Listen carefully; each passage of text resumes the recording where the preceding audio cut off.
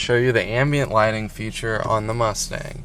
Basically, this lights up. It lights up here, lights up that, even lights up right down there. So here's what's really cool though. So you can go in here. First you can change your gauge colors. That's technically a different feature, but who's counting? So you can change it to all those colors. You can turn that on and off. You can change the color of that too to almost anything. These custom colors. Then you see, look, your lighting. When I change that to off, now there's nothing. On, off, on, off, on.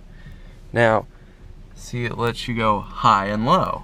So now, low, high, low, high. And now, check this out. Any color.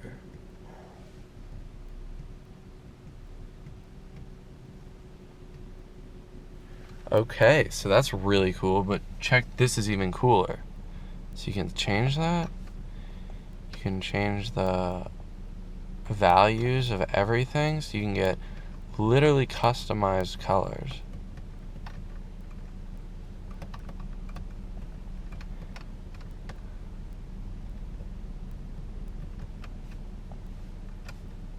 Okay, and that's the video.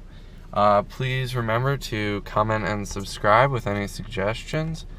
That's all we have today.